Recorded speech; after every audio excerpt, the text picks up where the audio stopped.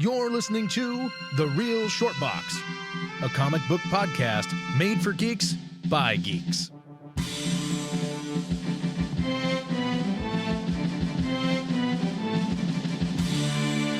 Ladies and gentlemen, the President of the United States. My fellow Americans, the threat is nearly invisible in ordinary ways. It is a crisis of confidence. It is a crisis that strikes at the very heart and soul of our spirit and national will. We can see this crisis in the growing doubt about the meaning of our own lives and in the loss of a unity of purpose for our nation.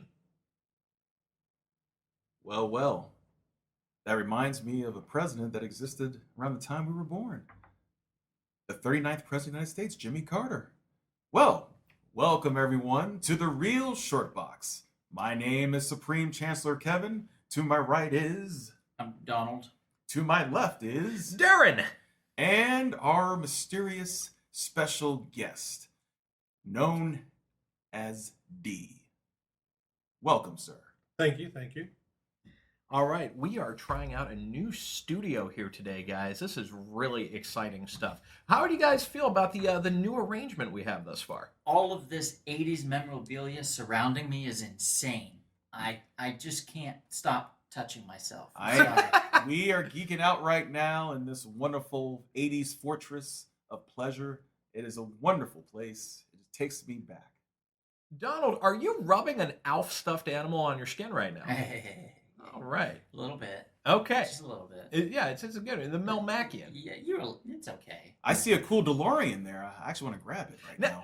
Now, do you know how tall Alf was, or at least the person in the Alf costume? It's 4'3". 2'9". 2'9". 2'9". 2'9". That's insane. That's shorter than Peter Dinklage. Oh, really? I didn't know. I don't know all these heights. I got to be honest, by memory. 2'9". Wow. Yeah, so we're in the 80s room. What's called the 80s room. It's in an undisclosed location. So we can all be jealous. We cannot speak of its location, for if we did, it will invoke the capital punishment, and God knows we don't want that. Nope. Absolutely. And being in this room, I think is a great idea that we do a very 80s themed podcast. Kevin, would you like to describe kind of what we will be going over today through our agenda items? Well, this will be part one of the 1980s podcast. We're going to start from 1980 and end at 1984. And obviously, when we do a part two, it'll be from 1985 to 1989. And let me say, the 1980s was a very interesting decade, a very significant decade in the history of this country and of the world in general. Donald, what exactly do you remember about the 1980s, being that you were alive through all of them? Yeah, I was around for every single year in the 80s. So. Did you start drinking back then too? Probably, yeah. If my mom had whiskey, I probably had whiskey. D, out of curiosity, what does the 80s mean to you? Culture, Culture. unity, and fun. That's the 80s, wrapped up in a nutshell. Good music. Exactly. Yeah, great music. Good Lord, some of the best music. And New wave music? Oh, man. Michael Jackson at his peak. You know what's kind of funny is I felt like a lot of especially the fashions, were very experimental. There were stuff that really fell flat on its face, but then there were other things that actually really held strong. It was funny. I was working on the show I work on a couple of weeks ago, and there was a gentleman who just forgot to do his hair. One of the camera operators is like, I'm just not going to do my hair. He's 23. Someone walked up to him and said, wow, you look like a flock of seagulls. And he's like, what? He was totally perplexed. He did not know what that was. And what's funny is I don't know how popular that hairstyle would be amongst the general public. However, everyone knows the flock of seagulls haircut who was alive during that era. Right, yeah. Jerry absolutely. curls. I remember the Jerry curls. You do? Did you have Jerry curls? When you were born, you did, didn't you? Actually, I did, interestingly enough. Interesting enough, I did. Now, I don't want to go into the late 80s too much, but in Coming to America, wasn't Soul Glow for your Jerry curl? Oh, it was a beautiful thing. That's one of the best scenes in the movie. I don't want to sing the song. I want to blow the mic out, so I'm not going to sing the song. Well, that or when they get up off the couch and you see yeah. all those Jerry wet curl spots. juice. Yeah, Eric LaSalle, nice guy, by the way. Really? I never met him. He came to ArcLight one time years ago. Now he was on ER forever. Yeah, he was on ER forever, but nice guy, cool guy. All right, so what we're going to do here, guys, is we need to kind of build a little bit of a history here. And the reason we do this is because this is one of those instances where one political figure, particularly President Ronald Wilson Reagan, really his agenda for America heavily influenced our culture. So today I will be going over our historical, what we call it, our foundation here, so we can kind of build on to how Kevin will talk about very significant movies between 1980 and 1984. Donald will cover very significant comic books between 1980 and 84. And it's funny how that culture from the president, a lot of his ideas really bled through to these other things. So in 1980, we were basically in crisis. I don't like to use that word lightly, but in many ways we were. We had the speech I just read was Jimmy Carter's famous Crisis and Confidence speech, just a section of it. Obviously, we don't want to bore you with all of it. But you had situations like, for example, Jimmy Carter elected to boycott the Summer Olympics. That is unheard of. It is unheard of. And, obviously... It was sad because a lot of young athletes worked hard and they never got the opportunity to go to the Olympics. Think of like a Magic Johnson or Larry Bird. They never got a chance to play for that 1980 Olympic team. Now, of course, later on, 92 they did, but, it was sad. Dee, do you remember like it was yesterday when they boycotted the Summer Olympics, Americans? It was interesting. I think one of those things is that it was at a point where America was trying to find how they could coexist with what was going on in the USSR. Right. So it was one of those things that.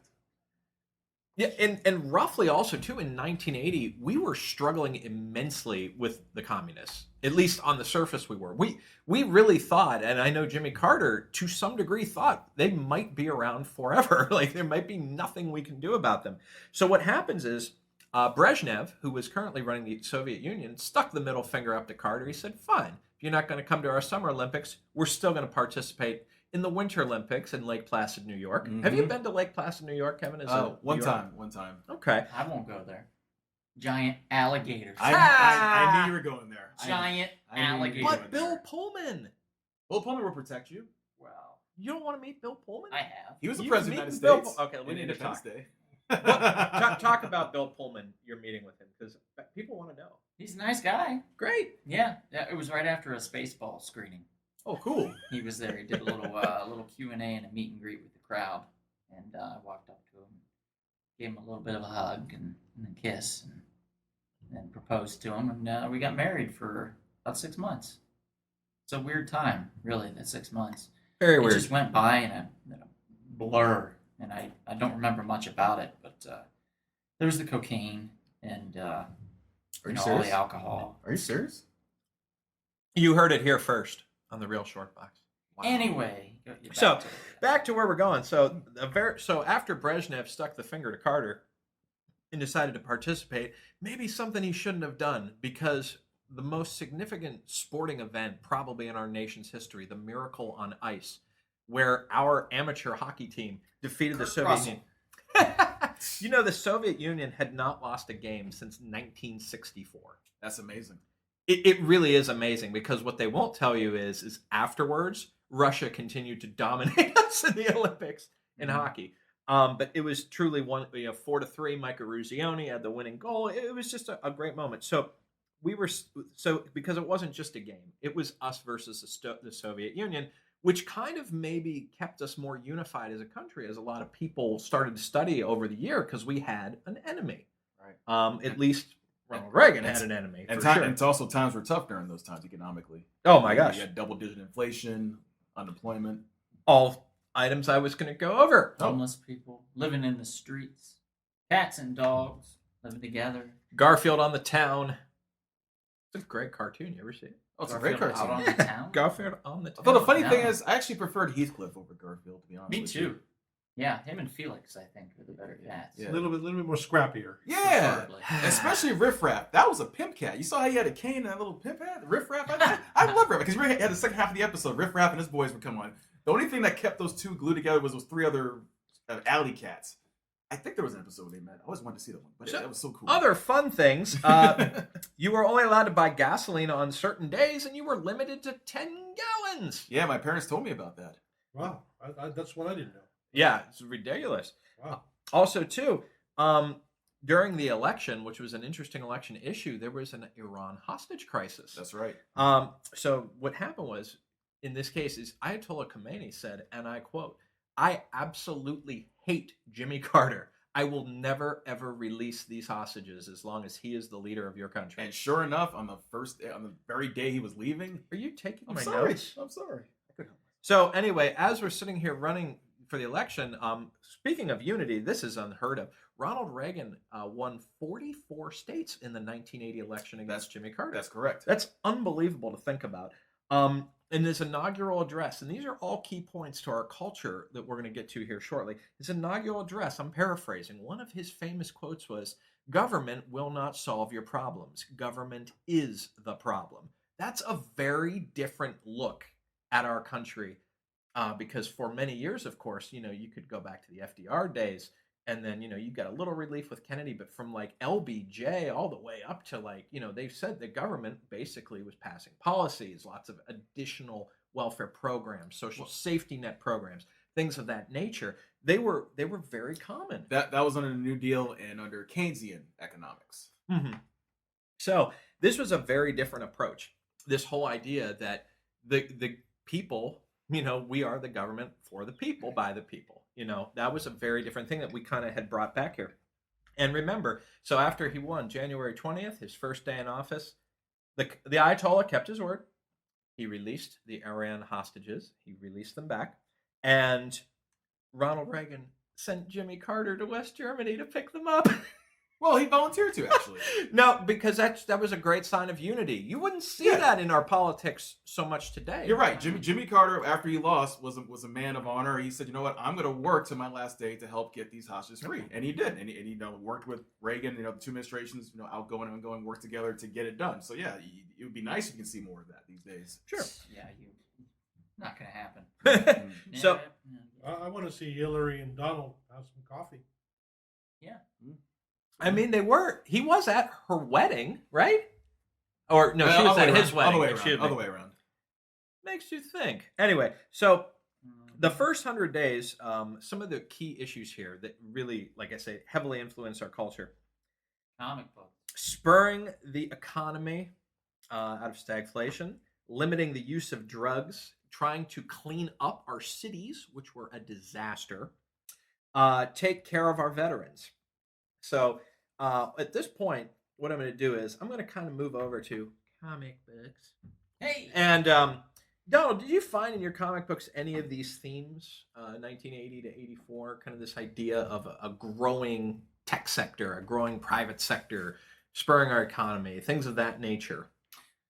Well, kind of in a way. I think with the growing technological advances came along with it a fear of technological advances. Certainly. So you would get stories such as 1981's Beauty, Days of the Future Past. Oh, yes. From X-Men, in which basically you're looking at a dystopian future where mutants are hunted and killed by Sentinels and another mutant actual task force team that would go in and help assist with them. So it was kind of like what you would see paralleled with World War II and the hunting of the Jews by the Nazis, but you're looking at mutants and humans instead. So it was an interesting parallel, but with the addition of technology being the Sentinels and it just being in the future in a dystopian society. That being said, that was 1981. In 1980 came Mouse, which was the very serious graphic novel that it depicted the cartoonist Art Spiegelman interviewing his father. It was a story about when he interviewed his father about his experiences as a Polish Jew and Holocaust survivor. It used a lot of postmodernist techniques. So, for example, like the Jews were seen as mice, the Germans as cats, and the Polish were seen as pigs. So it was an interesting dynamic that they put into that tale to make it more palatable for people, due to the graphic content and the experiences that that his father had, partaken in and been witness to.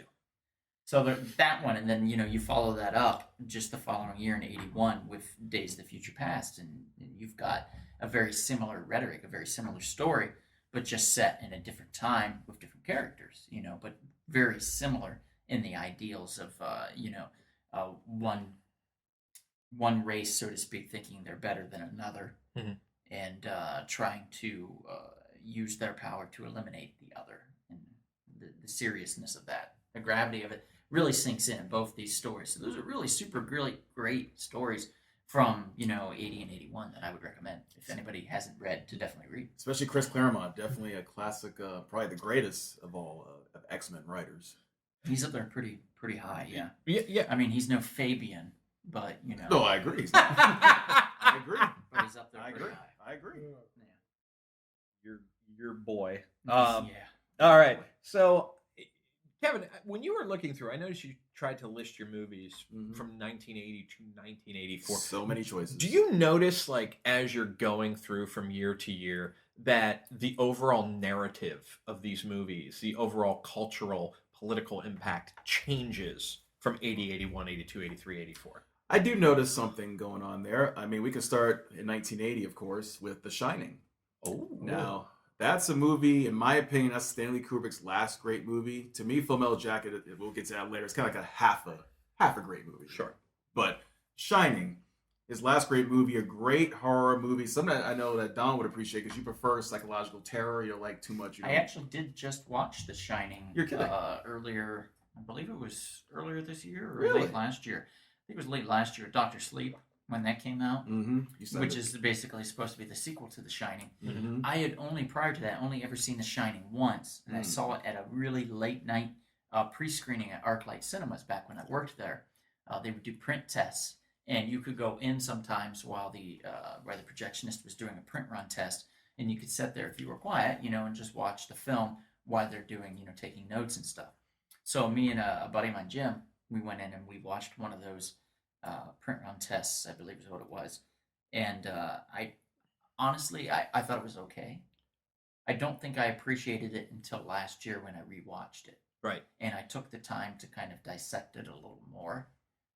Because as a film, it does have a lot to say, and it is a really powerful story, but a really freaky, like really scary story too. And also it's great. the internal conflict of what a man's going through. Yeah. And isn't it tremendous that Stephen King hated the movie version? That's true. He did. Him and Kubrick had issues. Now, one thing that's always was interesting to cocaine. me, Dee, I have these weird memories that'll pop in my head. Sometimes I know where I was when I watched a certain movie. Do you remember watching The Shining for the first time in a movie theater? Not in a movie theater. Ironically enough, this is funny. I watched that movie for the first time with people that escaped the USSR, What? and they went into Norway where I was living at the time, and they thought it was absolutely the craziest thing they had ever seen. Really?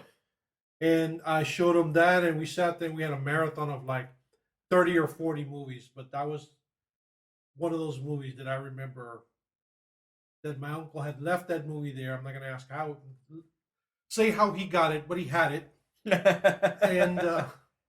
And yeah, it's one of those things where I remember showing it the first time to people who had escaped the Soviet Union, and I watched it with them. That's actually beyond fascinating to me. Like that's an experience I know many people can't really talk about. That's true. And like I said, The Shining is one of those movies that, things aren't what they seem to be. And another one for that same year, The Empire Strikes Back. Ooh. As we know, with a certain plot twist, things weren't as we thought. Things weren't as it seemed to be. And that's probably, especially as an adult now, it's probably now my most favorite Star Wars movie. So Donald, you remember when we had Pete on our podcast? Now Pete is obsessed with making and updating his best Star Wars movie lists, and he will not compromise on Empire Strikes Back. Is that your favorite Star Wars movie? No, mine's Return of the Jedi. You know what? That used to be mine, but then when I got older, You lost the fun in your heart. I know. I could see it slip. It's still fun. You know what's funny? It's actually my second favorite now. Kevin, what are the lyrics to the Ewok song? The original, you mean? Yes. Yub yub. Da-da-da-yub yub. Da-dum-dum-dum-dum-dum. Da-dum-dum-dum-dum-dum. Dun, dun, dun, dun, dun. Dun, dun, dun, dun, dun. Dun, dun, dun, dun, dun, dun. Okay. And I was pissed off when that special edition came out, and George changed it to. I mean, not that it was bad, but it's not the same, man. When you're a little kid, you're seeing that. You know, you don't. It's D. You don't know what I'm talking about. Ugh. Well, it's like when they do like a character in for example, Shredder in the Yes. Ninja Turtles cartoon. Yes. When that was what Uncle Phil that did the voice of Shredder. Yes, great voice. There was at some point in time where he took a break or something, he couldn't do it, and they had somebody else fill in. Mhm. What the fuck? Like when I was Not the same. watching it, and You it picked was up on it. the Shredder, and I was like, "Who the hell is this? This is not the Shredder. This is an imposter." As a child, you recognize that stuff. It's So just it's just triggers. You're right. And it's funny you mentioned a cartoon like Cobra Commander from G.I. Joe and Starscream from Transformers. That voice was so distinct that if anyone else did it, you'd be absolutely livid because Yeah. certain voices are just so special. You just can't change it. Kevin, what's your next movie on your list here that you wanted to speak on? Real quickly, Superman 2. Superman Real 2. quickly. I'm sorry. Oh my Superman 2. Okay, so sorry, D, sorry. you might appreciate this. I found a vinyl of Superman 2. It was a studio Director's cut. pressing of I think just the theme song on it, and it has the foil emblem of Superman's shield, like his Oh, emblem, that's pretty great. printed all over the record itself, ingrained in the plastic. That's pretty great. Pretty cool, right? That is I pretty found great. that at a farmer, like it wasn't like a farmer's market, it's like a flea market, like a pop-up one in Silver Lake in California. I was beaming. $2. That's it. $2 for that. That's thing. it. Yep. Man, you want to talk about just building tension to just a great fight sequence. Remember, this is 1980. People have not seen stuff like this before. To have Zod the Mute, who's the lady again? Elsa. Thank you. To Oh, have that's Frozen. What do you like Elsa? Elsa. Frozen. Oh, come on. regardless, to see that He gets confused. in the he likes Frozen a lot. in the middle of the city like that was just unbelievable. I don't think and what's funny is this is standard issue comic book stuff now, but at that time that was really to behold. And for many decades it was undebatable that this was the greatest superhero sequel ever made. And now you can now have, with all the superhero films that are out now. Oh, and all the in-house fighting on that film too. That was going on behind the scenes. It A was lot of in-house fighting. crazy. It's amazing that thing The even got Salkind, the done. Salkind brother, Salkind family, and Amazing it even got done. And who played General Zod in this one? In Superman 2? Terrence Stamp. Terrence Stamp. Terrence And Stamp. boy, was he good. My God, he is there a better embraced- villain? Lex Luthor, step aside. We don't need you. Honestly, I'm one of the few. I did not like Hackman as Lex Luthor. I did not. I don't think you're one of the few. I think it's a 50-50 split. Is on it that. really? Yeah. Wow, that's bigger than what I thought. 'Cause I don't know too many people that agree with me on that. It was Ursa. I'm sorry. So I'm biased. I think Gene is the best living actor we have now, even though he's been retired obviously for 15 years. But the thing is Him and Connery are on a boat. I feel like Hackman, just real briefly, I think he fits really well for the first Superman because they made it a very family-friendly, kid-friendly kind of thing. And Yeah. him being a dupe, I think it works better for that. But if Right. you're a purist when it comes to Luthor, obviously I don't think he would cut the mustard for the purists out there. Yeah, I Right. think Luthor's, to me, he never should have been Superman's arch nemesis. I think there should be a through thread of him always being a thorn in his side. Right. But I don't think he should have been the The main primary. villain. No, not in every time you think of doing a movie. Oh, we gotta have Luthor. in I it. know. We talked about that. Get the hell out of here. We talked about it. It There's was- so many other villains out I know. there We that talked about it for Superman so many needs to years. fight. We talked That about we got to that. have Luthor in every single one, and if we do, if that's written somewhere in somebody's goddamn contract or something in DC that we have to have Luthor in every single comic book movie that we have involving Superman, so be it. But you know what? Put him in the background, have him doing something dubious. But we'll look at that later. Right. You know, We talked about it for years. Like, Give where's us some more. where's Brainiac, who actually was supposed to have been Superman 3 originally? The Well, villain. this is now why Mongol. everybody loves Superman 2 with the 3 villains. Right. Because He has a challenge. He has a real challenge. Exactly. It Nuclear had Man is a more challenge. substance to the movie. Right. Nuclear Man was pretty cool. Actually, I thought. Uh, Also voiced by Gene Hackman. I don't know about the nuclear man thing, but Well, we'll get another that. tale for another day. We'll get to that in Superman actually 1987. appeared in a comic book, in Superman canon too. In not because canon produced that one, but in canon, the nuclear man became a character. In Stupid Superman trivia. comics. Do you know who directed Superman 4? I actually do remember this. Shoot, who was it? I Don't even watched look the it up. documentary. Sidney J. Fury. There you go. And also, too, we had a young John Cryer who actually had more hair then, or excuse me, less hair then than he does now. Funny enough, he also recently played Luthor. Really? Played Lex Luthor. Yeah, in the Supergirl series on the CW. Wow. Oh. So, Yeah. I was just wondering if you have a. Oh, so moment, that's a question real quick. Wouldn't you agree from the Batman vs Superman movie, the route they went when they turned Zod into freaking Doomsday would have been better if they would do something like that, turn him into like Bizarro, because that way would have been more of a human, more of a personal touch than having a CGI monster. Yeah, well, Bizarro would have been a million times more interesting. Thank you. obviously. Thank you. It would have been an easy fix, so to speak. So we took an extra moment here to talk about the one comic book movie on our comic book podcast. What's your next one here, Kevin? Well, I'm getting into 1981, something that you asked me to put on the list, The Road Warrior. Okay, so the Road Warrior. Remember how we were talking about people only getting 10 gallons of gas per day, like on Tuesday or Thursday? Uh-huh. This film had tremendous impact on the paranoia of the audiences that watched it. And if it wasn't for this film, we wouldn't have got the gem that was Waterworld. Yeah, it's which, true. Which is a far superior film. I think we can all agree. Road Warrior. Now, on would water. you tell that to George Miller's face? Okay, so Sure, why for not? social messaging, I'll give it to Road Warrior. And here's why. The impact this movie has, because one of the narratives that Ronald Reagan's political opponents had against him is that he was a warmonger prepared to nuke the world if Mhm. necessary. And this is a film that has a nuked world and people killing each other for gasoline, because already we were practically like in complete utter chaos because we couldn't get gasoline. So this movie is a very strong movie. On the surface, it doesn't ring today the same way it did then. Right. But there's brilliant significance here, and obviously Mhm. George Miller, one of my favorite directors, visual, he just makes you terrified to see what could be. Didn't he direct that other gem, Happy Feet, or was that a different? He did. George He did. Miller? Was And that- Babe. Okay, so he did. What He did is- Babe? I'll give him credit on that. Yeah. Happy Feet, I can't get behind at all.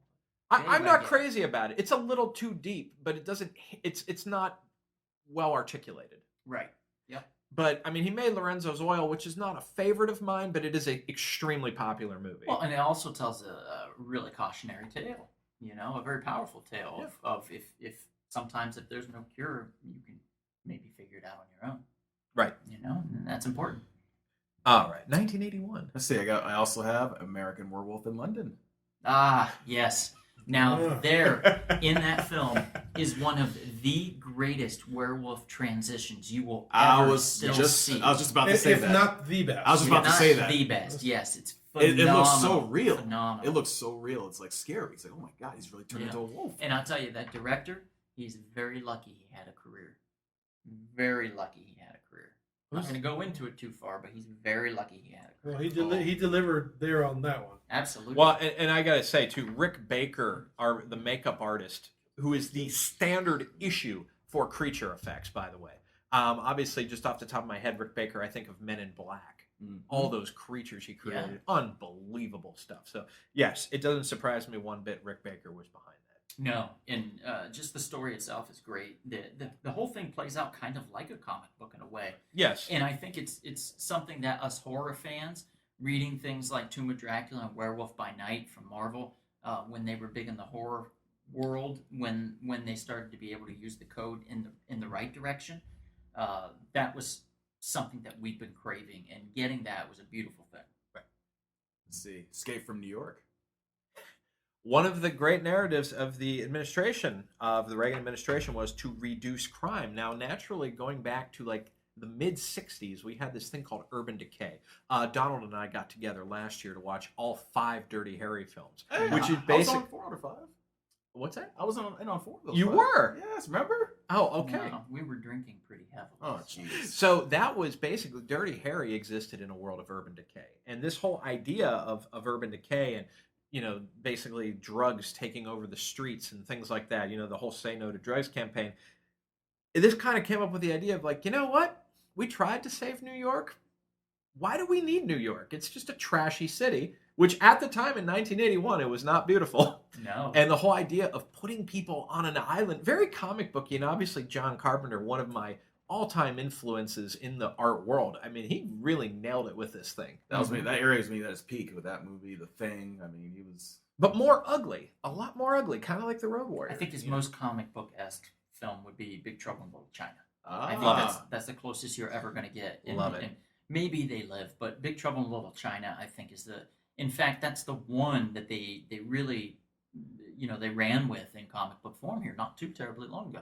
Which company was it? Do you remember? I think I want to say Boom, maybe. Yep, I think it was Boom. Yeah, I was thinking that, but I wasn't sure. But since you think it is, I'm pretty sure then we're both That correct. was the first movie I could ever quote backwards and forwards. Right? I watched it a million times as a kid. The check is in the mail, right? Yeah, Jack Burton says, "Who? Jack Burton, me." Mhm. The only other person I know that speaks of themselves in the third person like that is my roommate. Does that? Really? Yes. Who may or may not have fallen asleep on the toilet. Who may or may not have fallen asleep on the toilet. Yes, correct. All right, what we got here? Raiders of the Lost Ark. Can't go wrong there. Oh, okay. So I just did a podcast with our good friend Howard. Hmm. I was a guest on there on his pop art, I believe is the name of the podcast. Mhm. And we took two films, one that the guests picked that would be part of pop culture, and then he chose a surprise, more highbrow kind of award-winning film to parallel to. So I chose Raiders of the Lost Ark, and he came in with the Treasures of Sierra Madre. Hmm. So both of them are great films. Don't get me wrong.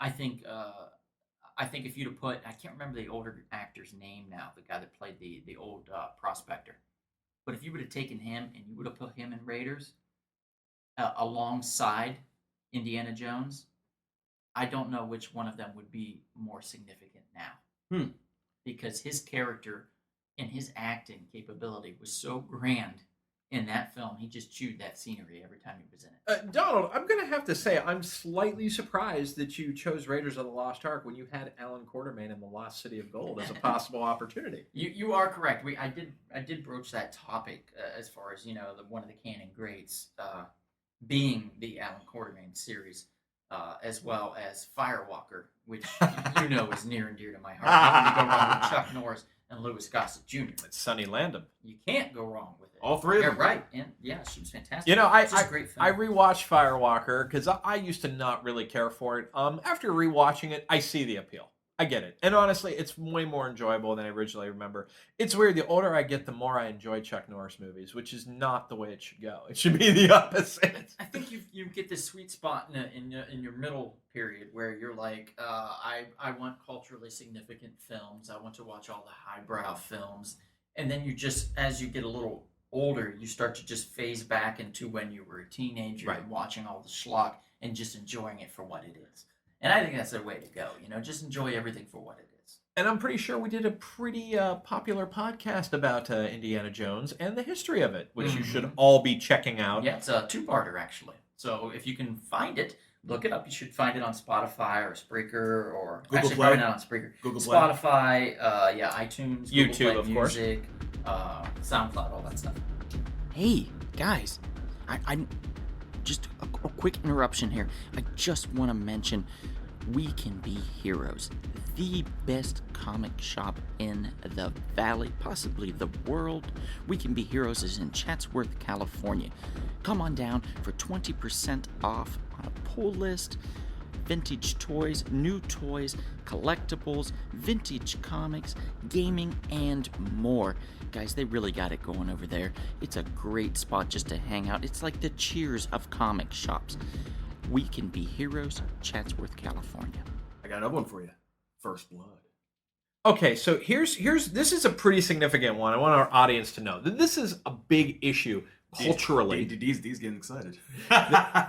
This movie, it's not the first of its kind, despite it being very original. But the cultural idea here is, it's like a Vietnam displacement syndrome. So basically, we had a number of soldiers come back from the wars that were in various different, what's the word I'm looking for here? Various different parts of their life. So you had some that had PTSD. You had some that were POWs like Rambo.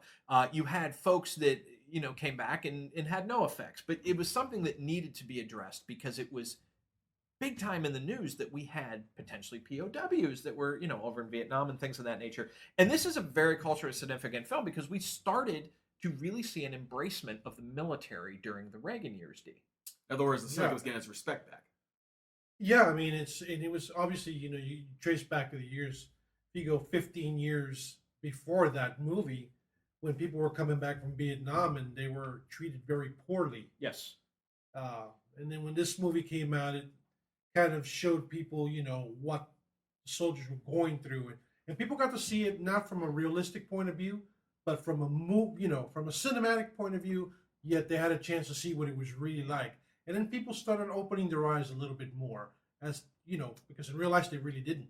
It was just, baby killer, you're horrible. Getting one side of the story. Right. And now with this one, in Rambo, you actually became very sympathetic with him. What's actually interesting is a lot of people, when they think of Rambo, they just think of these blow 'em up, shoot 'em up movies. Now, those are the sequels. But this first film, one person is killed, and it's basically sort of not even directly by him. So this movie is very emotionally rich. It's very intellectually rich, and I think people forget that that's what Rambo was supposed to be, the foundation. And it was derived from a book too.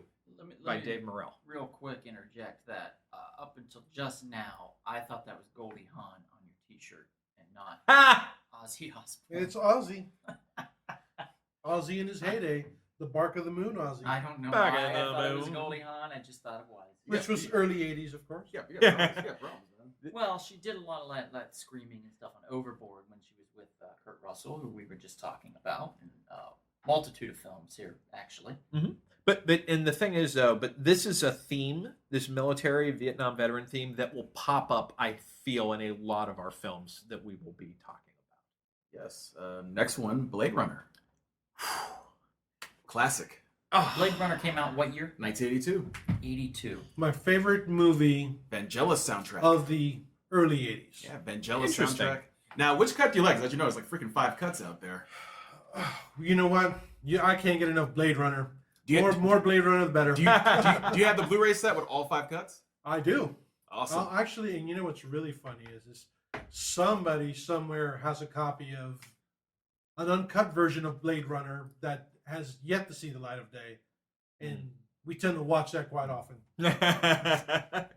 Blade Runner, this is another one of these films that this was an outgrowth of the late 70s. So in the late 70s, with the blow up of Star Wars and science fiction of, what could be in the future.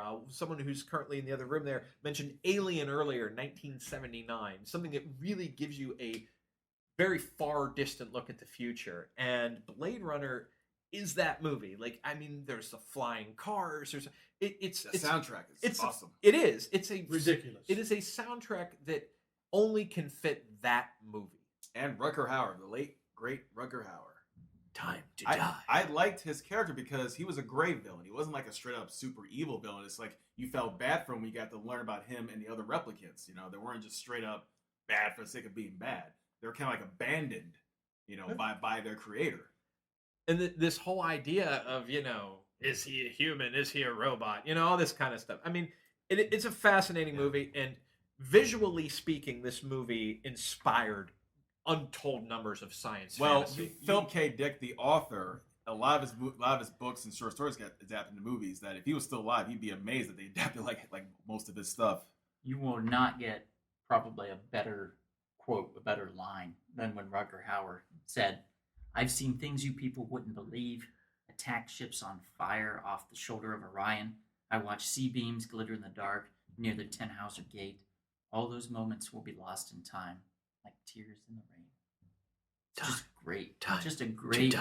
And it was just such a freaking perfect way he said it. You know, Rutger Hauer was an actor that, God rest his soul, you won't see another one like him. Mm-hmm. You know, he was just he had this charm about him that was so effortless. And his delivery. And you had to have that perfect music swell when he closed his eyes.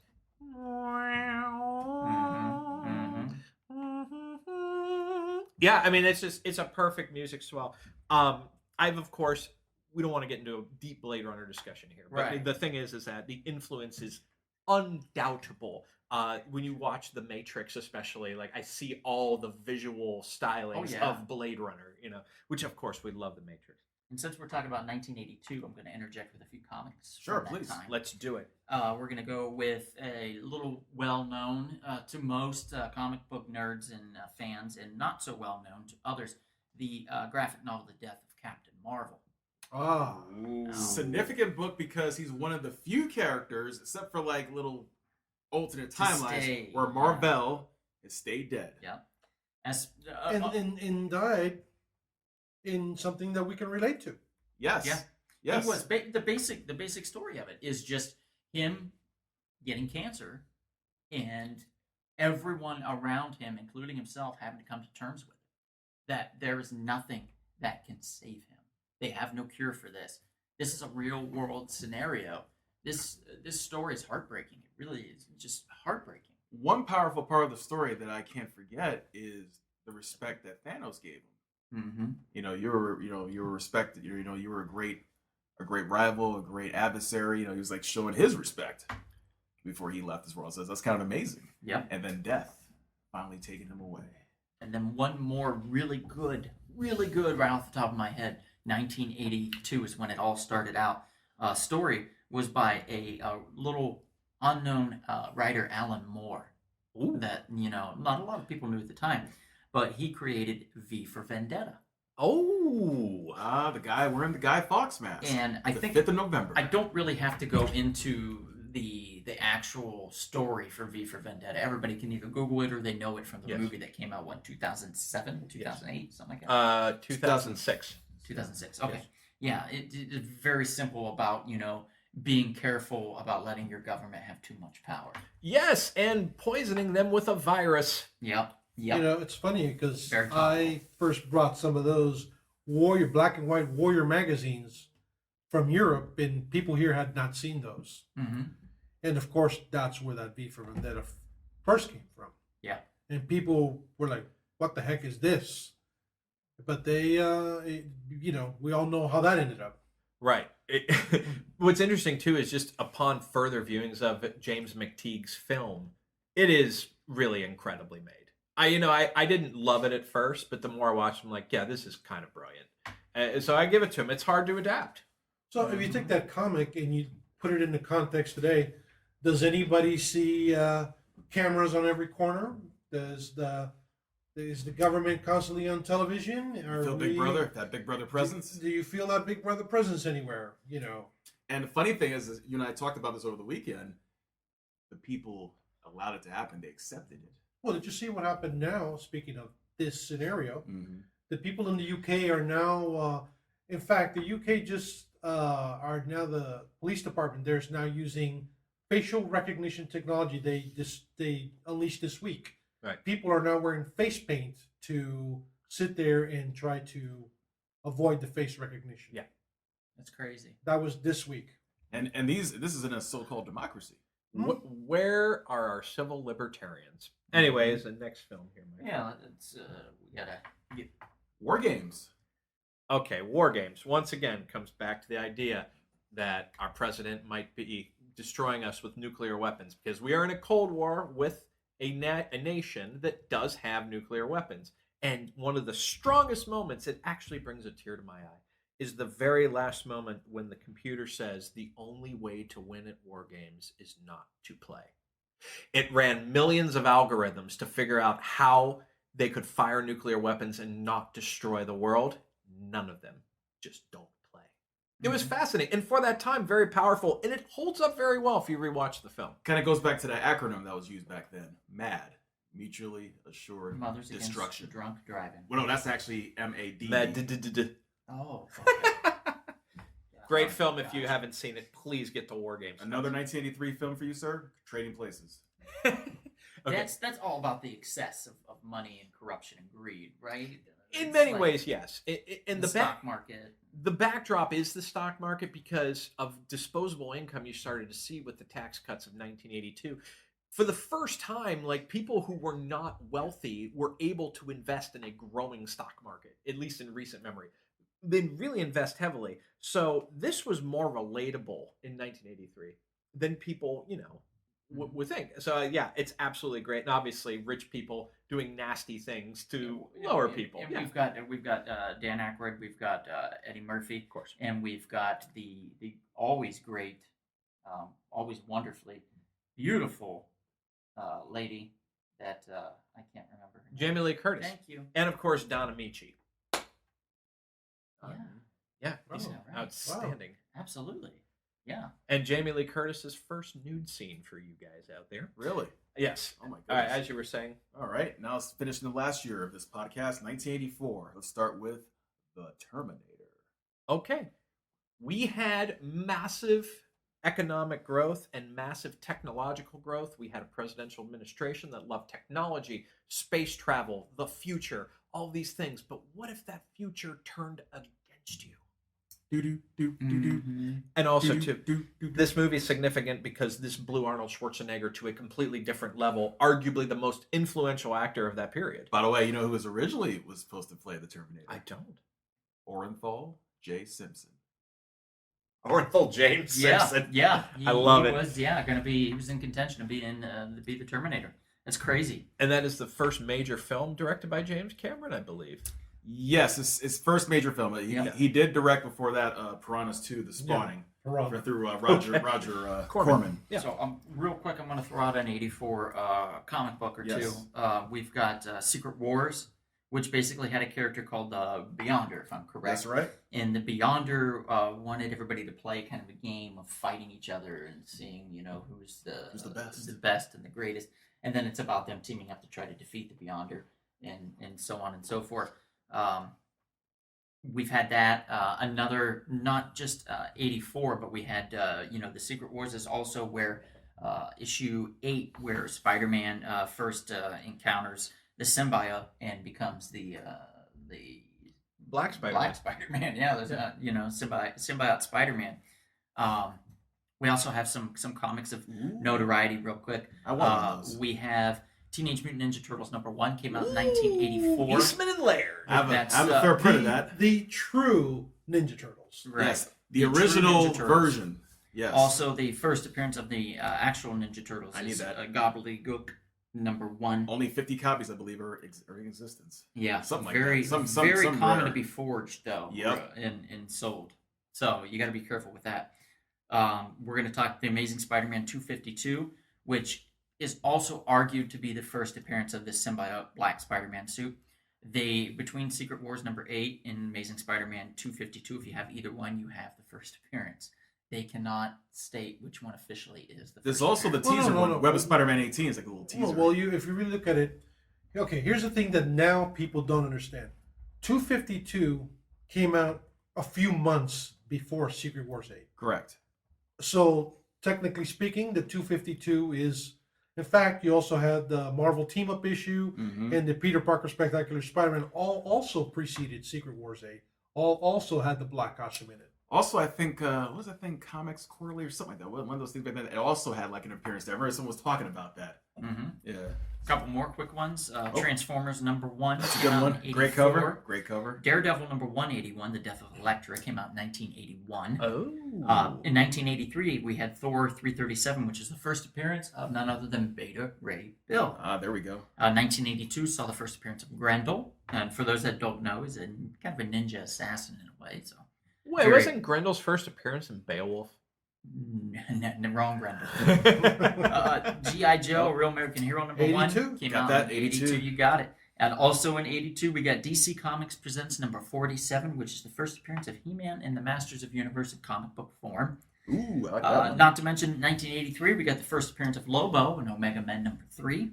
We got in 1981 the first appearance of Rogue in Avengers Annual number 10. And that pretty much wraps it up for me as far as comic books in the early 80s. and their significance. Come on, Marvel graphic novel number 4? New Mutants? New Mutants. Well, there's a lot. There's a lot. Yes, But time being, we're crunched, yes, so I'm and- just blasting through And as we many as I may can. or may not cover 1987, a He-Man Masters of the Universe film. Oh, jeez. can't wait for that. I'm all in on that. I What? did not know there was an after credits thing Oh, until just like last year. I found Really? out. Yeah, that's right. There was. I had no idea. Where Skeletor comes out. and No, I know. Yeah. You didn't know that. Nope, didn't know. I'm not Oh. sure if we will have success with this, but I do know someone who worked on the film. I will attempt to get them. Oh on my our god, podcast. that'd be That'd be awesome. amazing. Two more films real quick. Ghostbusters. Ha! Yep, that was a wonderful film. Wonderful film. And we're going to be seeing the new Afterlife. and- Can't wait. And I will go in between the lines on Ghostbusters. Remember the evil EPA guy played by Jonathan? I worked with him a couple of seasons on a show. Reagan, not a fan of big government, the bureaucracy. The EPA guy, Right.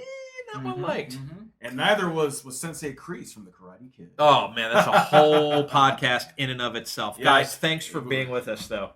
Seriously, Yeah. Thank you so much. We could go on and We'll on. be on back that here for part 2 of the 1980s. We'll cover 1985 to 1989. Please subscribe. Please tell your friends and family about the Real Short Box, because once again, you can find us on YouTube, iTunes, Google Play. Where else are we out, sir? Blueberry, Blueberry, SoundCloud, SoundCloud. and a multitude of others, to be honest. Name it, and we're probably on it. And if not, we will be soon. And we'd like to thank our guest, Dee, for being with us in part 1. of and this. providing the studio. And providing the studio in a secret location. Yes, this is a fantastic place and a fantastic guest. Thank you, Dee.